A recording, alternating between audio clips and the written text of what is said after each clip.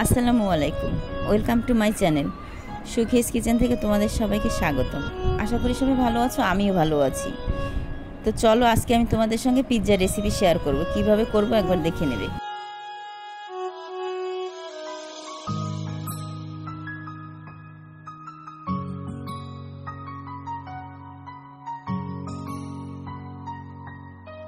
তো পিৎজা বানানোর জন্য প্রথমে আমি ডো তৈরি করে নেব। আমি এখানে হাফ কাপ গরম পানি নিয়েছি, কুসুম গরম পানি কিন্তু।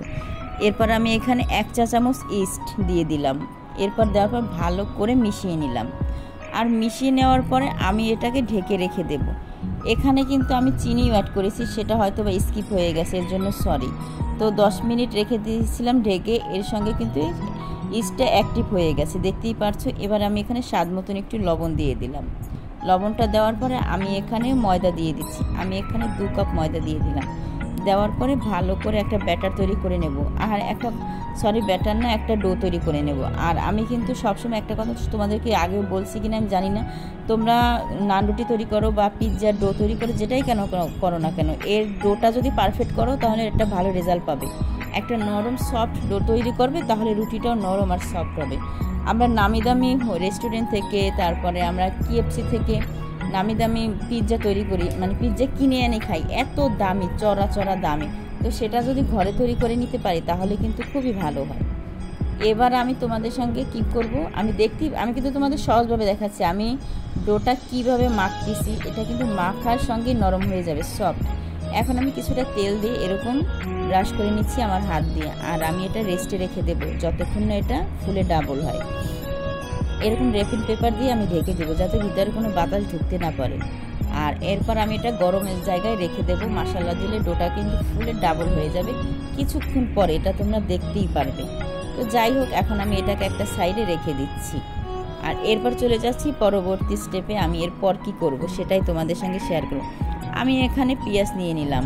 এরপরে নিয়ে নিচ্ছি ক্যাপসিকাম, 2 রকম 3 রকমের ক্যাপসিকাম, চাইলে তোমরা 1 রকমের দিয়েও করতে পারো, এটা যার ইচ্ছে। আর আমি এখানে 500 গ্রাম চিকেন নিয়ে নিয়েছি, একটু মরিচের গুঁড়ো, একটু লবণ, একটু আদা রসুন জিরা বাটা আর সয়া সস, বাস এই পর্যন্তই। এর বেশি কিছু দেওয়ার কোনো প্রয়োজন নেই। তবে আমি কিন্তু আজকে তোমাদের সঙ্গে শেয়ার করব কোনো রকমের পিৎজা সস ছাড়াই। তারপরও খেতে কিন্তু অনেক মজা হয়েছিল। যদি তোমরা বিশ্বাস না করো, বানিয়ে দেখতে পারো একবার আমারই মতন। এখন আমি একটা ফ্রাই প্যান দিয়ে দিলাম, আর তার ভিতরে আমি তেল দিয়ে দিয়েছি। তারপর ওই যে চিকেন আগে থাকতে ভেজে রেখেছি, সেই চিকেনটা সম্পূর্ণ দিয়ে দিয়েছি। দেওয়ার পরে আমি এটাকে একটা প্যাচুলারের সাহায্যে ভালো করে নেড়েচেড়ে কুক করে নেব। আর এটা কিন্তু খুব একটা বেশি ভাজার দরকার নাই, তাহলে কিন্তু আবার ড্রাই হয়ে যাবে, সেই দিকটা খেয়াল রাখবো।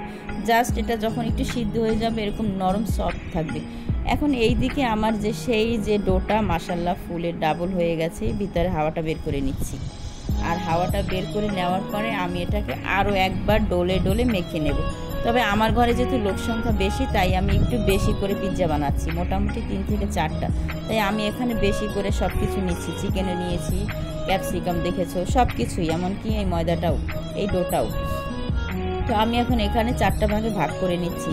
আর পিৎজার ডো বেশি একটা বড় না আবার ছোটো না, আমি মিডিয়াম সাইজের পিৎজা বানাবো। বলতে পারো তোমরা 8 ইঞ্চি সাইজের পিৎজা আমি তৈরি করে নেব। এখন আমি প্রত্যেকটা ডো সুন্দর করে একটু স্মুথ করে নিচ্ছি। আর এই কাজটা কিন্তু খুব সহজে আমার হাত দিয়ে করে নিচ্ছি, একটু ধৈর্য। জাস্ট তোমরা একটু সময় নিয়ে দেখবে আমার ভিডিওটা, তাহলে যে কখনো পিৎজা বানাওনি সেও একবার ঘরে তৈরি করে নিতে পারবে, একেবারে KFC স্টাইলে, কোনো রকম ঝামেলা ছাড়া। তো যাই হোক, এবার আমি এটাকে একটা বলে নিয়ে নিচ্ছি এরকম একটা প্লেটের মধ্যে। তোমাদের সঙ্গে আরও একটা কথা শেয়ার করি, আমি কিন্তু কোনো রকম ওভেন ছাড়া গ্যাসের চুলায় পিৎজা তৈরি করব। সেটাই তোমাদের সঙ্গে শেয়ার করব। কেননা যে শুধু যে ওভেনেই হয় তা কিন্তু না, গ্যাসের চুলায় খুব সুন্দর পিৎজা হয়। এখন আমি সাইডটা কীরকম করে নিয়ে নিচ্ছি সেটাও দেখাচ্ছি তোমাদের।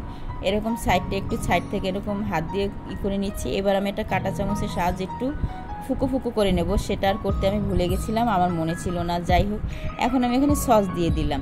আর আমি কিন্তু এটা মানে টমেটো সস, যেটা আমার হাতের কাছে ছিল আমি সেটা দিয়ে করছি। তবে তোমরা পিৎজা সস দিয়ে করতে পারো, পিৎজা সস দিয়ে করলে কিন্তু অনেক মজা লাগে খেতে।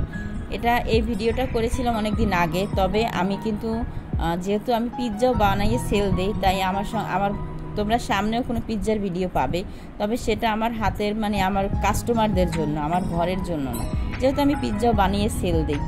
এখন আমি সেই চিকেনগুলো দিয়ে দিচ্ছি, আর যে কি বলবো মজার মজার ক্যাপসিকাম, 3 রকমের ক্যাপসিকাম দিয়ে দিলাম। প্রত্যেকটা ক্যাপসিকামই দেখতে সুন্দর, আর মাশাল্লাহ খেতেও খুব মজা হয়েছিল পিৎজাটা।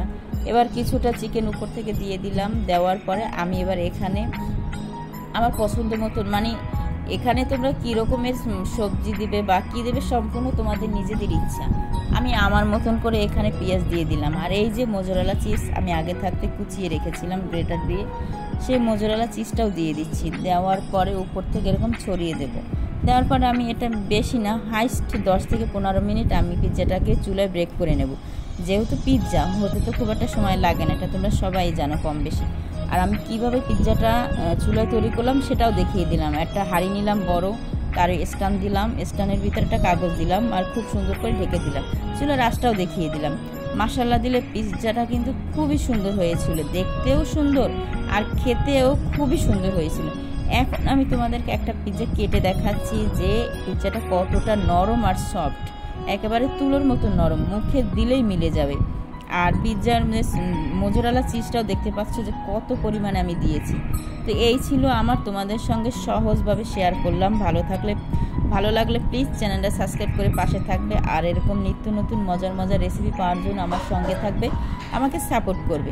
আর এই পিৎজায় কী কী লেগেছে ডেসক্রিপশন বক্সে পেয়ে যাবে। আজ এ পর্যন্তই, আল্লাহ হাফেজ।